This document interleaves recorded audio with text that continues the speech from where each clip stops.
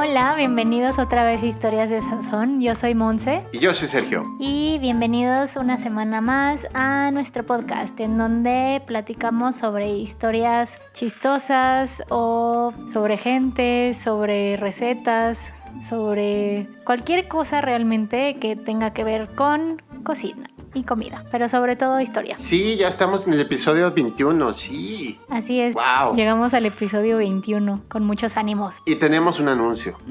Tenemos justo un anuncio al respecto. Para platicarles que el mes de agosto vamos a tomarnos un tiempo. Un pequeño descanso. Efectivamente, para tomar aires nuevos, nuevas inspiraciones. Así es. Y aparte, para ponernos al corriente con nuestras redes sociales que tenemos abandonadas. Sí, es como un descanso y no, porque vamos a seguir trabajando en este proyecto, pero no vamos a estar subiendo episodios nuevos durante el mes de agosto. Y esperamos que eso no los ponga tan tristes como nos pone a nosotros y que nos veamos otra vez jubilosos dentro de un mes. Sí. El 7 de septiembre es cuando tenemos planeado regresar a subir nuevos episodios. Exactamente, vamos a ponernos al corriente, vamos a regresar recargados y disfruten de este episodio número 21 antes de una pequeña pausa. Así es, y esténse al pendiente de nuestras redes sociales porque pues ahí vamos a estar. Sí, va a ser muy interesante porque vamos a empezar a subir unas cuantas imágenes, van a entender mejor y vivir de otra forma las historias que les hemos contado. Así es. Va a estar padre porque van a poder revivirlas y aparte nos vamos a poner al corriente. Sí, nos vamos a poner al corriente, eso es lo más importante. Tenemos nuestras redes un poco muy abandonadas, entonces queremos ponernos al corriente con eso para seguir ya más en forma con este proyecto que tanto nos gusta. Y gracias a ustedes. Muchas gracias. Entonces, bueno, sin más preámbulos, Sergio, ¿por qué no me cuentas lo que traes preparado para hoy? Para el día de hoy te tengo una historia muy interesante. Como siempre. Es correcto. Ahora te voy a platicar de un platillo vietnamita con raíces francesas. Wow. Generalmente es al revés, generalmente hay influencias asiáticas en otros platillos, aquí es al revés y es muy interesante porque es un platillo que va muy de la mano con la migración. Wow. Te voy a platicar del pho. Nos encantan las historias sobre migración, que sigan llegando. Sí, es muy interesante porque este platillo de Vietnam es uno de los platillos más ¿Emblemáticos? emblemáticos, realmente es el platillo vietnamita por excelencia. Sí. Y aparte de esto, también tenemos el banh mi, que es una torta hecha con baguette, que también tiene sus influencias francesas, pero decidí platicar más del pho porque es realmente muy interesante su historia. Sí, bueno, el pho es un platillo que yo tengo una relación de amor y no odio, pero indiferencia, porque nunca lo he probado, pero sí que lo quiero probar. Es muy interesante, la verdad es que suena muy rico, es por así decirlo parecido al ramen, pero muy diferente. Sí. Porque realmente los ingredientes son muy preciosos, por así decirlo es lo mismo, es una sopa con fideos, pero es muy diferente y aquí te va la historia. Ok. Originalmente el pho hoy en día es un platillo de res o pollo, inclusive de mariscos puede ser, Sí. con fideos de arroz. Los fideos se llaman ban pho, son los fideos planos. Y este platillo viene especiado con ciertas especias como cardamomo, anís, que también son influencia de otros países, el anís de China, el cardamomo de la India. Entonces es una mezcolanza gracias a la situación geográfica de Vietnam. Sí, no manches, suena increíble. O sea, solo con lo que lo acabas de describir desde ahorita suena delicioso. Y es una tragedia que nunca lo haya podido probar porque tiene pollo y tiene mariscos y yo soy vegetariana. Tragedia. Tendremos que buscar una opción vegetariana de este platillo, que seguramente ya existe. Sí, seguro que sí, solo no la he encontrado. Pronto.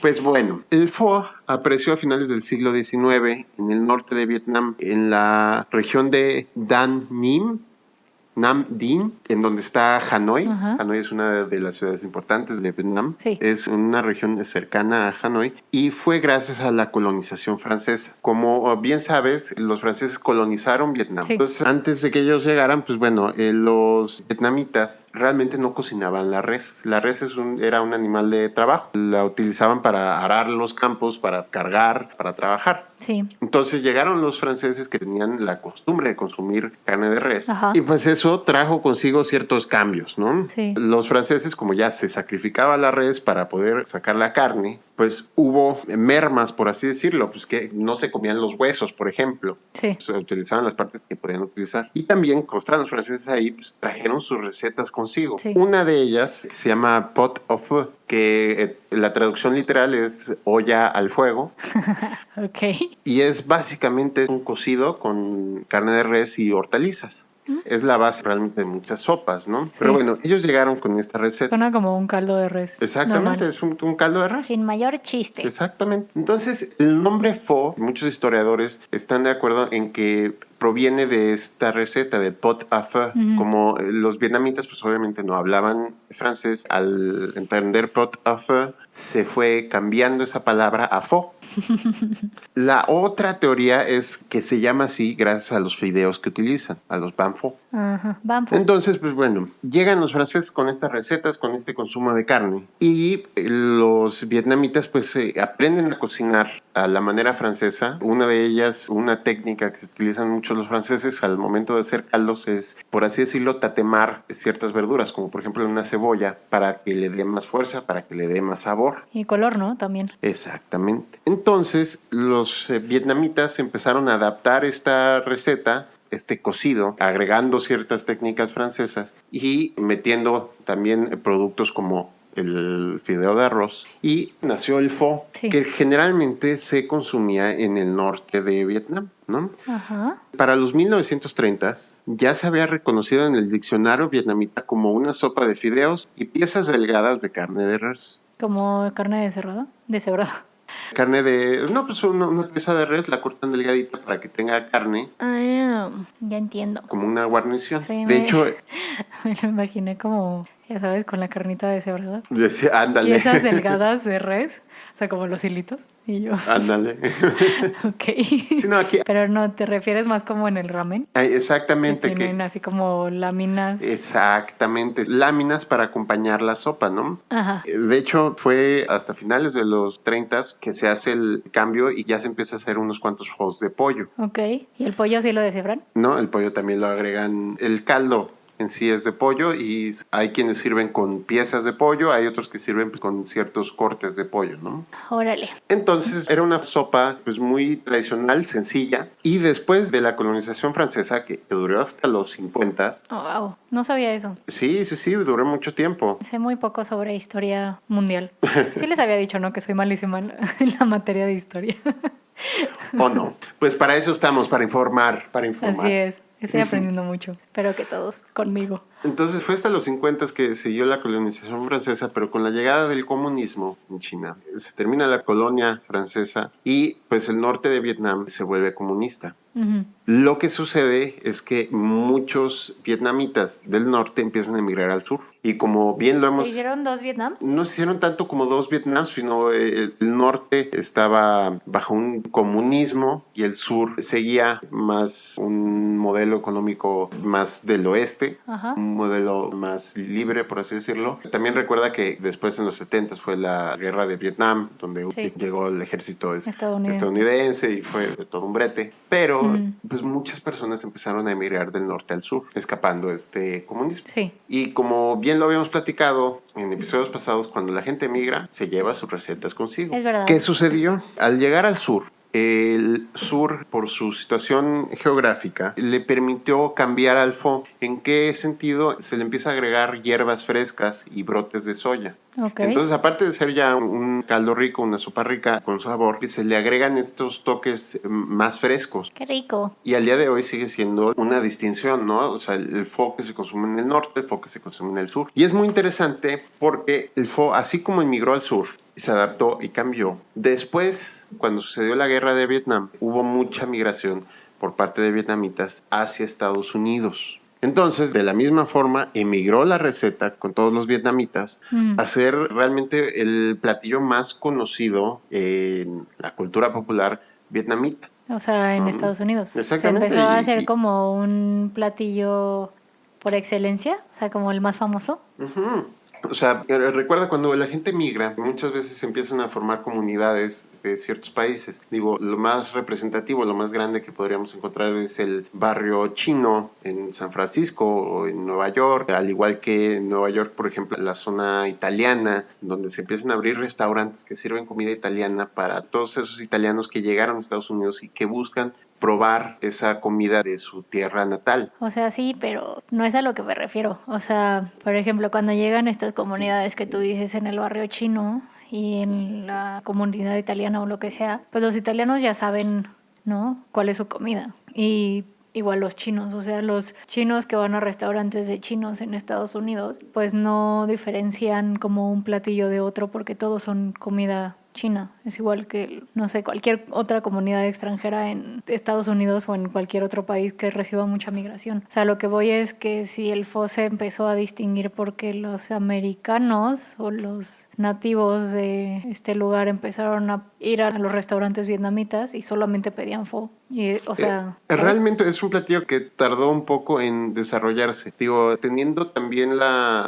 ¿cómo explicarlo? Ya ves que toda la comida que es asiática se le llamaba comida china, sin importar de dónde fuera. Sí. Lo mismo sucede con este platillo. Realmente los vietnamitas, pues bueno, servían esta sopa, pero para los estadounidenses, pues era comida china, ¿no? O sea, esa distinción no se hacía tan fuerte, sino hasta tiempos más recientes, en donde ya se empieza a ver una especialización en los restaurantes. O sea, es comida típica vietnamita. Sí, qué furia me da cuando mezclan culturas así, ¿no? O sea, siento que es algo que todos hemos vivido cuando naces y eres de un país y ves a los extranjeros y como que los aglomeran en una sola... O sea, como todos los asiáticos son chinos. Sí, todos se generaliza. del Se generaliza medio... y... Ajá, pero me da un buen de rabia porque cada una de las culturas tiene como comida espectacular. O sea, no solamente la asiática, ¿no? O sea, como que también los latinoamericanos en Estados Unidos, todos o son mexicanos o ya sabes, o sea, y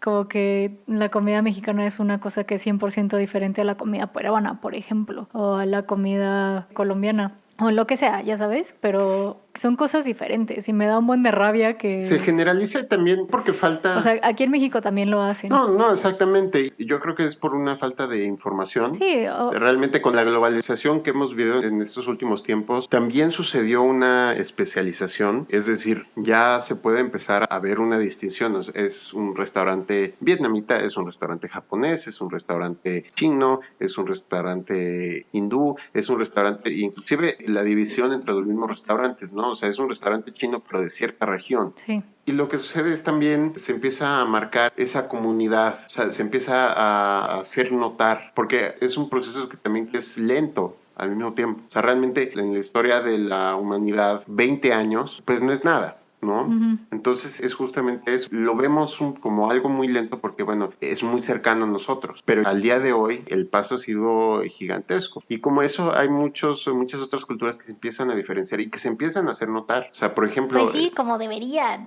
Exactamente, digo, siempre se han hecho notar, pero es de nuevo, es una falta también de información. No, pues es 100% ignorancia. O sea, lo que me da coraje es que los locales como que no se tomen el tiempo ni respeten a los inmigrantes lo suficiente como para mínimo llamarles por su nombre, ¿sabes? O sea, como que eso es súper molesto. Es que también es justamente esa falta de información. Digo, ahorita, estos últimos 20 años que ha existido el Internet, es mucho más sencillo informarse y entenderlo. Pero antes de eso, imagínate en los 70s, entender qué estaba sucediendo, por ejemplo, en Vietnam o del otro lado del mundo, era gracias a lo que sucedía, o sea, lo que se podía ver en las noticias, en el periódico. Pero no había esa accesibilidad a la información como para poder hacerlo. Hoy en día existe esa facilidad y es gracias a eso la razón de que ya hay una especialización que podemos ver en los restaurantes. Ya los restaurantes están mucho más demarcados. O sea, claro que siguen existiendo los restaurantes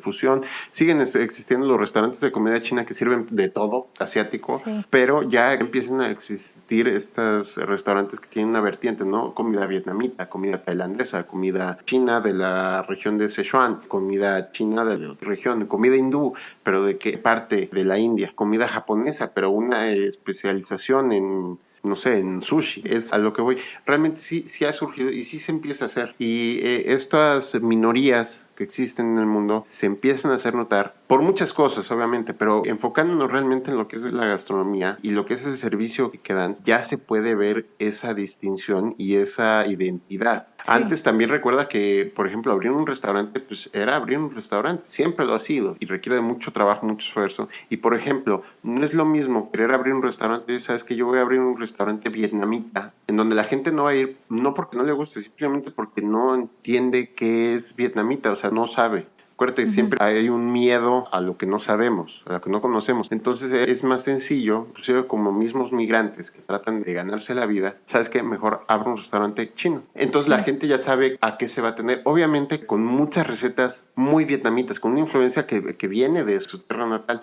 pero sin tomar un riesgo en donde no van a abrir un restaurante para cerrarlo, ¿no? Están tratando por el punto mercadológico de salir adelante, ¿no? Entonces, justamente creo que eso es lo que se empezaba a hacer. O sea, la gente no prueba como algo nuevo así nada más, sino requiere de mucho esfuerzo, de mucho tiempo para que se vuelva conocido, para que la gente lo entienda, lo acepte y lo consuma. Entonces, como ya existía ese precedente tal vez chino, se pudo hacer. De todas maneras, el pho sigue siendo en Estados Unidos, que hay una comunidad mucho más grande vietnamita. Sí. El pho existe y la gente reconoce, la gente sabe de lo que hablas cuando hablas de pho. Sí, pues siento que últimamente se ha vuelto como, o sea, toda la comida asiática, pero no, o sea, no la china, todas las que no son chinas, como que es su momento de brillar ahorita, ¿no? O sea, como que siento que están teniendo muchísimo más reconocimiento la comida coreana, la comida vietnamita, la comida tailandesa. Más que nada, creo que siempre... Como que están teniendo un auge. Siempre han existido, pero ya, te digo, no, se están como especializando. Ajá, por eso, o sea, están teniendo como un auge ahorita. Exactamente, y como todo, yo creo que es la comida de todo el mundo, la especialización en la gastronomía. Porque como hablamos de gastronomía asiática, también podemos hablar de gastronomía del Medio Oriente, ¿no? En donde ya hay restaurantes libaneses, hay restaurantes turcos, hay otra oferta. Hablando de América del Sur, Latinoamérica, ya hay restaurantes mexicanos que sirven comida mexicana, no una adaptación Tex-Mex. Ya hay restaurantes colombianos que sirven comida colombiana, ya hay restaurantes, no sé, peruanos que sirven comida peruana. Sí. Pero es porque también ya hay un acceso a la información y se ha vuelto una curiosidad gastronómica por parte de las personas. Antes no existía un programa, por ejemplo, como Chef's Table, en donde hablaban de ciertos restaurantes y de cierta cocina. No existía eso, existía shows de cocina en donde te enseñaban a cocinar y todos las recetas, toda la base era cocina francesa. Sí. O sea, hasta hace muy poco tiempo realmente la cocina que regía al mundo era la cocina francesa. Uno quería, es que quiero comer bien, quiero comer rico, quiero comer elegante, voy a comer comida francesa y es lo único que existe. Es muy reciente que empieza a haber esa apertura por probar nuevos platillos, por probar nuevas gastronomías y dejar de creer que lo único que existe en el mundo es la cocina francesa, simplemente ampliar los horizontes. Ok. Entonces, eso es lo que se ha logrado en los últimos años. A nosotros, a ti, a mí, nos puede parecer muy normal porque nosotros de cierta forma ya crecimos en un mundo un poco más abierto. Pero antes de eso, o sea, antes de los 90s era lo que existía. Sí. La comida china era la comida china, que venía en las cajas para llevar, que era un arroz frito y eran rollos primavera. Eso era comida china, ¿no? Sí. Hablar de comida hindú, bueno, ni se diga, era curry. Lo único que se conocía hindú era curry. Inclusive el sushi era comer pescado crudo. La gente estaba dividida totalmente porque era cómo vas a comer pescado crudo. Sí. Hoy en día es de lo más normal y existen miles y miles y miles de restaurantes de sushi, ¿no? Sí. Entonces ese crecimiento y esa adaptación es lo que podemos ver y se agradece. ¿Por qué? Porque las opciones se volvieron mucho más variadas y mucho más interesantes. Y es lo que logró justamente el pho. El pho fue migrando, o sea, llegó como una mezcla de culturas, este choque de los franceses con los vietnamitas. Nació el pho, todavía emigró, se adaptó y volvió a emigrar y sigue adaptándose, sigue cambiando, porque aunque hay como ciertas reglas y existen los expertos que van a decir que es que el pho se hace de esta manera y así nada más, en sí también es una receta con cierta elasticidad para poder adaptarla, cambiarla y jugar con ella sin perder esa esencia que tiene. Ajá. y con productos que realmente, digo, los fideos de arroz ya en todo el mundo se pueden conseguir. Se consiguen, sí. Entonces es algo que se puede comer en todo el mundo con sus diferentes vertientes. Es muy interesante y es algo que suena maravilloso, la verdad. Es una sopa reconfortante. De nuevo, es algo que también desde el punto de vista nutricional es algo súper bien. ¿Por qué? Porque tienes vegetales, porque tienes carbohidratos, porque tienes proteína, o sea, realmente nutre. Sí. Sí, suena maravillosa, de verdad. Yo siempre la he querido probar. Pues esperemos pronto poder probar pho. Espero lograrlo, sí, uno de estos días. Cuando pueda salir de mi casa. Pues esa fue mi historia. Estuvo muy padre tu historia. Muchas gracias. Muchas gracias, un placer. Dio pie para el debate. Exactamente, es la idea. Ahora platícame, Así Monse. es. Pues fíjate que fue curioso que hablara sobre una sopa, porque yo también voy a hablar sobre una sopa. La verdad es que la sopa es maravillosa porque La sopa es reconfortante, es fácil cocinarla. A mí me encanta la sopa. O sea, la sopa es inteligente. Sí. O sea, la sopa es inteligente. Y estos últimos días que ha estado lloviendo cañón, en lo único que puedo pensar es en sopa. Entonces, pues te voy a hablar un poco sobre la historia de los caldos de indianillas. Órale. ¿Te suena? No. Bueno, te voy a dar una súper breve introducción a qué es lo que me llevó a querer hablar sobre este tema. Y empieza con un señor que se llama Salvador Flores Rivera, que es un músico, cantante, autor mexicano, que nació en la Ciudad de México el 14 de enero de 1920. Uh-huh. Y era mejor conocido como Chava Flores, ¿no? Ese es como su nombre artístico, supongo. Sí. Él tuvo una carrera muy larga y muy exitosa de éxitos populares en México, pero uno de los más famosos que tiene de sus canciones se llama México Distrito Federal. ¿La conoces? No. Bueno, si puedes escucharla, la verdad está súper padre esa canción. Y es una crónica justamente de cómo se vivían los sábados en la Ciudad de México en esas épocas que, te digo, este señor nació en 1920, entonces para cuando salió esta canción yo creo que ya eran como los 1940, por ahí, 1950. Más o menos. Ajá. Y es como una crónica que en muchos sentidos sigue vigente de cómo es la vida cotidiana en la Ciudad de México. Pero yo me voy a enfocar un poco en la última estrofa de la canción y la letra va así, y cito: van a los caldos a eso de la madrugada los que por suerte se escaparon de la vial. Un trío les canta en indianillas donde acaban ricos y pobres del Distrito Federal. Así es un sábado Distrito Federal. Esa es como la última estrofa de la canción. Siento una conexión.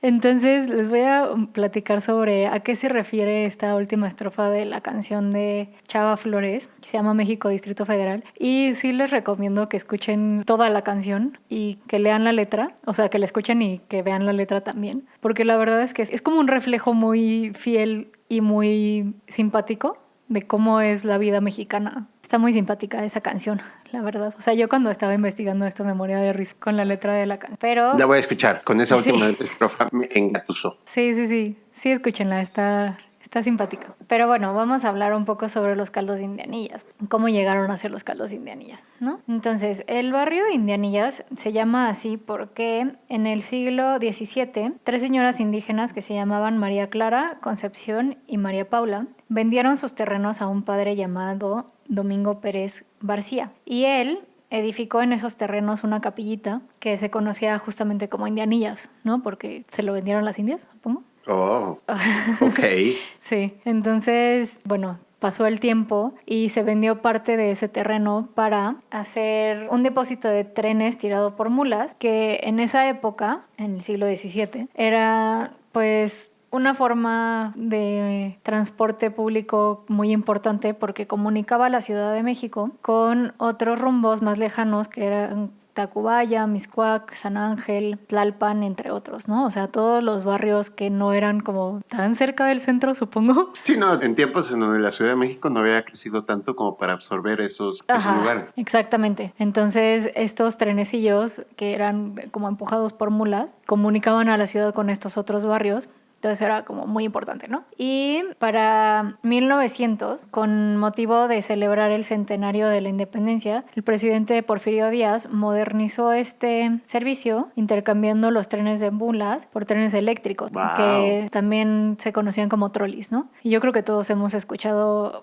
hablar sobre cómo antes había estos trenecitos eléctricos en la Ciudad de México. Claro, hasta en el Zócalo. Uh-huh. Sí. Todavía hasta perduran algunas de las vías y así, ¿no? Entonces, bueno, estos trenes los puso el presidente Porfirio Díaz para celebrar el centenario de la independencia, como uno de los muchísimos proyectos que hizo para esta fecha importante, ¿no? Entonces, me voy a regresar un poquito en el tiempo para darte un poco de contexto, porque estoy seguro de que estás súper perdido en qué parte de la ciudad estoy hablando. Sí, totalmente. Entonces, en 1889 se nombró la colonia en donde estaba el barrio de Indianillas como la Colonia Hidalgo, pero en poco tiempo después, bueno, más bien tiempo después, abrieron el Hospital General en 1905, que es poco antes de que fuera el centenario de la independencia. Ajá. En 1905 abrieron el Hospital General y las calles de esta colonia se empezaron a nombrar como en honor a médicos importantes del Hospital General, ¿no? O sea, como que el hospital tenía mucha capacidad para curar a muchos enfermos y había muy buenos doctores en ese hospital. Entonces, los como más destacados nombraron las calles en su honor. Entonces, poco tiempo después, la colonia se empezó a conocer como la Colonia Doctores. ¡Sorpresa! ¿No lo veías venir? No lo veía venir para nada. Estoy en shock. Bueno, entonces el barrio de Indianillas estaba todavía ubicado dentro de la Colonia Doctores y todavía era un depósito de trenes, solamente que ya no eran trenes como manuales, mecánicos. Sí, jalados a mula, eran los trolis. Ajá, eran los trolis. Y bueno, en estos trolis se hizo como toda una infraestructura con respecto a ellos. Y resulta que, bueno, regresando a lo de los trenes, o sea, se hizo toda esta infraestructura para los trenes y como que empezó a haber como muchos trabajadores que estaban o sea, los conductores de los trenes, los mecánicos, los técnicos, ¿no? Sobre sí, toda la eléctricos. fuerza de trabajo que estaba forjada alrededor de estos trolis. Exactamente. Y empezó a haber como una oportunidad de mercado porque el último turno de los trenes, o sea, como el último tren que ya pasaba bien tarde, como a las 2 de la madrugada o algo así, ¿no? Era como a la hora a la que salían los últimos conductores de su turno. Ajá. Y al mismo tiempo empezaba como un turno nuevo, ¿no? Entonces llegaban los del primer turno al mismo tiempo que se iban los del último turno del día anterior. Oh. Entonces empezó a haber como una sociedad nocturna que pululaba en este barrio, ¿no? En Indianillas. Y pues entonces se puso, como había gente y pues muchas veces pues, después de trabajar tienes hambre o apenas vas a trabajar y no has desayunado o lo que sea, se puso a alguna persona inteligente, se le ocurrió poner un puestecito de caldos de gallina con arroz y garbanzo. Maravilloso. Ajá, la verdad es que estaba investigando esta historia y así fue como de, híjole, sí se antoja. Es que la sopa es lo máximo, o sea, es una comida máximo. inteligente porque rinde para poder alimentar a muchas personas. Es sencillo, sí. En teoría, o sea, es fácil hacer una sopa. Sí, y además, o sea, no hay muchas formas en las que puedas hacer mal una sopa. Y es reconfortante, o sea, la gente, digo, a las 2 de la mañana, sí dices, órale, no. Ajá, sopita, es a lo que voy, ¿no? justo como que a las 2 de la mañana, o sea, tú no pensarías que se te antoja mucho una sopa, pero pues está calientita, ya hace frío y ya sabes, acabas de salir de un turno de pesado de trabajar o lo que sea, y sí necesitas como un caldito de pollo para el alma, ¿no? Exactamente. Básicamente. Entonces, pues se puso como este puestecito de caldo de gallina y aparte tenía arroz y garbanzos, o sea, qué rico. Sí.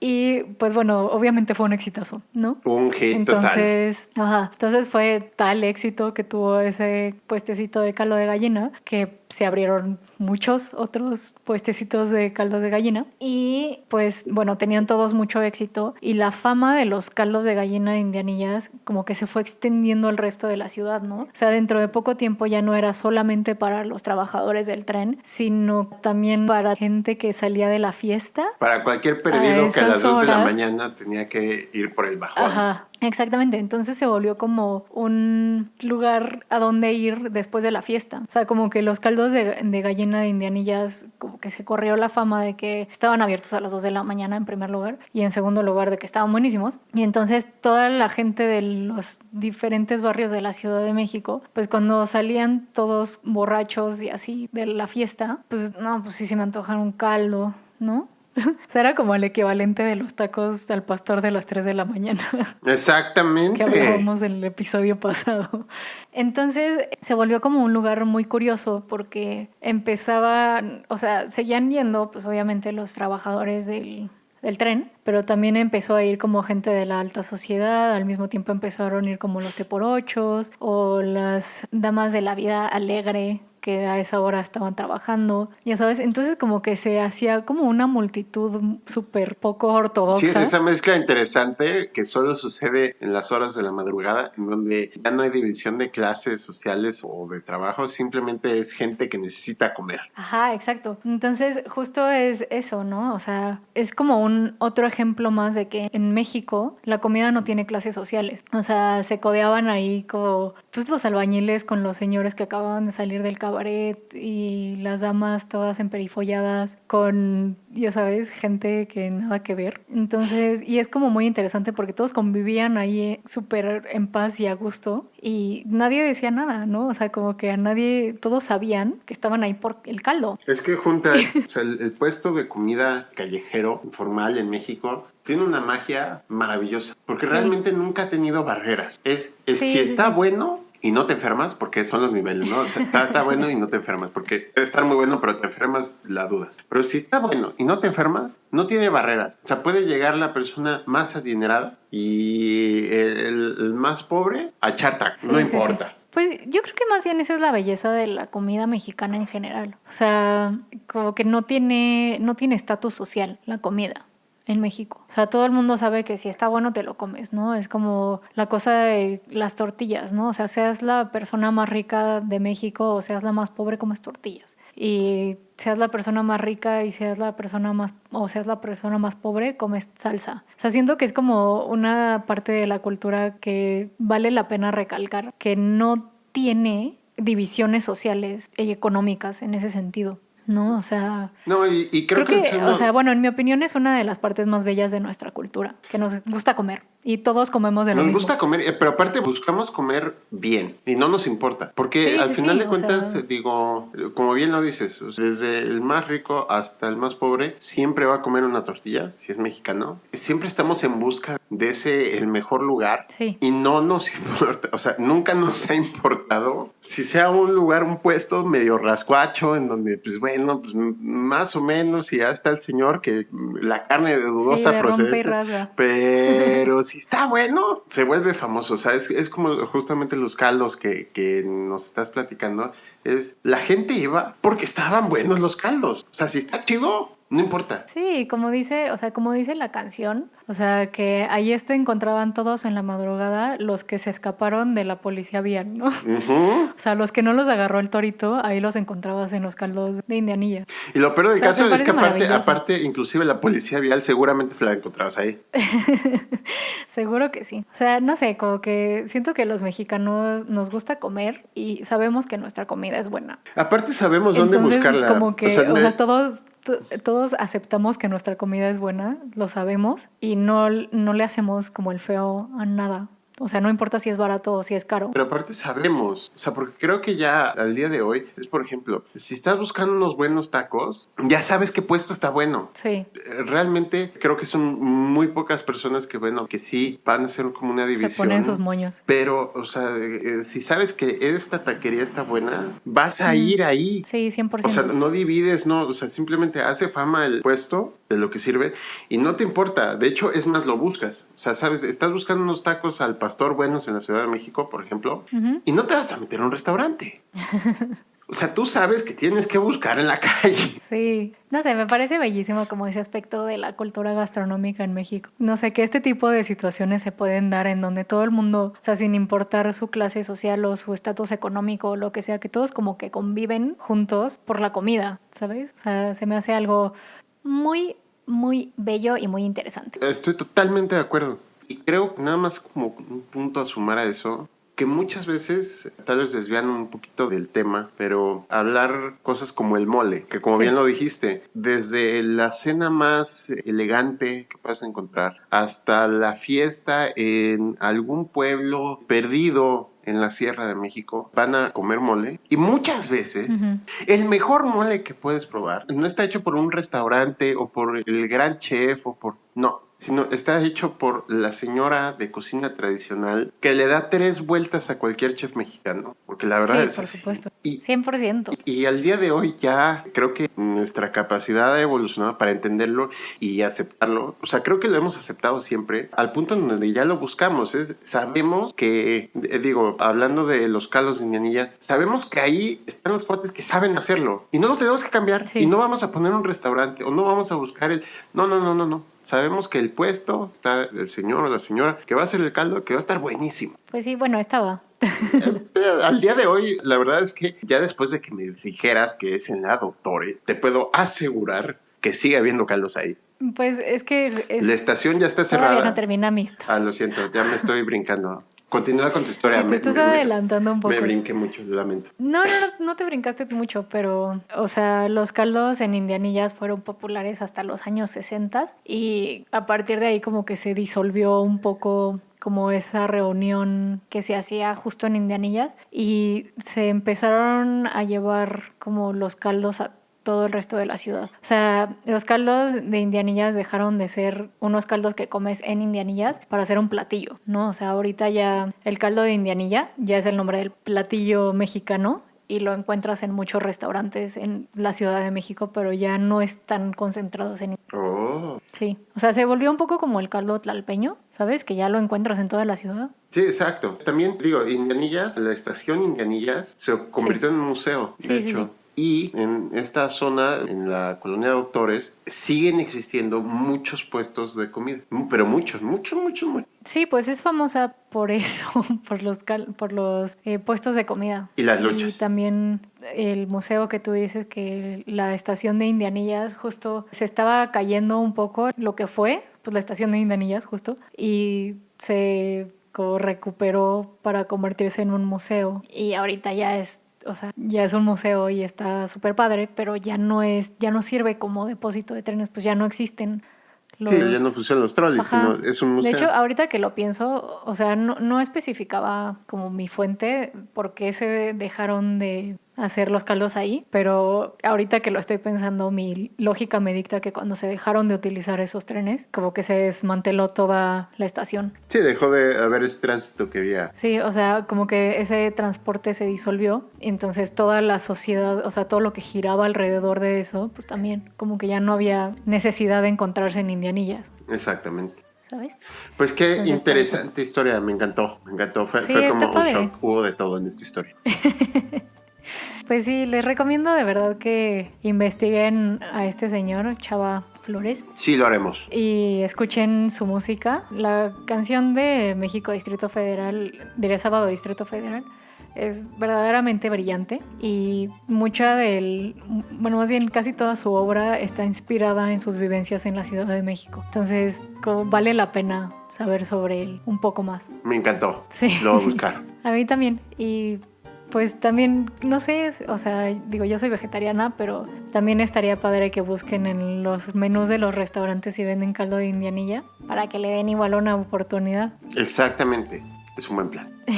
Sí, y pues bueno, eso fue todo por hoy. Muchas gracias por escucharnos. Ha sido un placer estar con ustedes. Estén al pendiente de nuestras redes sociales. Así es. Regresaremos pronto. Nos vemos dentro de un mes. Recargados, sí. Nuevos, con nuevas historias, con nuevos panoramas. Con más contenido, más historias, un horario más establecido, con suerte. Exactamente. Y pues nos vemos pronto. Nos vemos pronto. Muchas gracias, adiós. Hasta luego.